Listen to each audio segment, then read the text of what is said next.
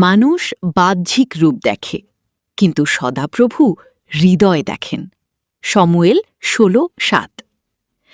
মানুষ আমাদের পোশাক, টাকা বা চেহারা দেখে বিচার করে, কিন্তু ঈশ্বর দেখেন আমাদের মন, বিশ্বাস ও সত্যতা।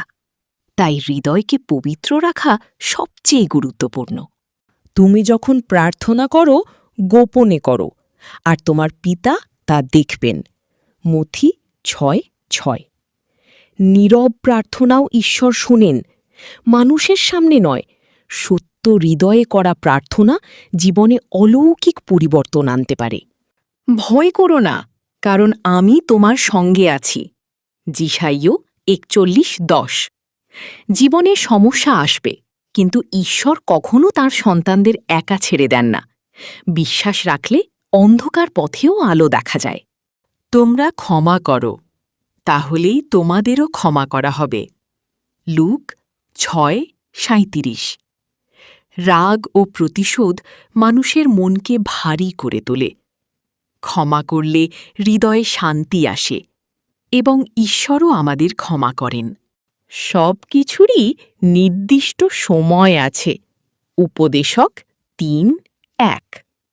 অনেক সময় আমরা দেরি দেখে হতাশ হই, কিন্তু ঈশ্বর ঠিক সময়ে দরজা খুলে দেন। ধৈর্য ও বিশ্বাস খুব গুরুত্বপূর্ণ। সত্য তোমাদের মুক্ত করবে।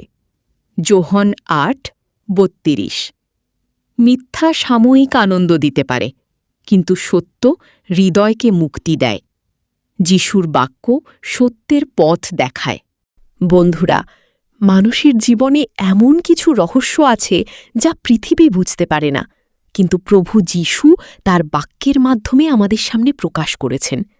হয়তো আজ আপনি কষ্টে আছেন, হতাশায় আছেন, অথবা মনে হচ্ছে কেউ আপনাকে বুঝতে পারছে না। কিন্তু মনে রাখবেন, ঈশ্বর আপনার হৃদয়ে দেখেন, আপনার নীরব প্রার্থনা শোনেন, আর সঠিক সময়ে আপনার জীবনে আশীর্বাদ পাঠান। এই কথাগুলো যদি আপনার হৃদয় ছুঁয়ে যায়, তাহলে দয়া করে ভিডিওটি শেয়ার করুন। হয়তো আপনার একটি শেয়ার কারো ভাঙা মনকে আবার ঈশ্বরের পথে ফিরিয়ে আনবে। প্রভু যিশু আপনাকে এবং আপনার পরিবারকে আশীর্বাদ করুন।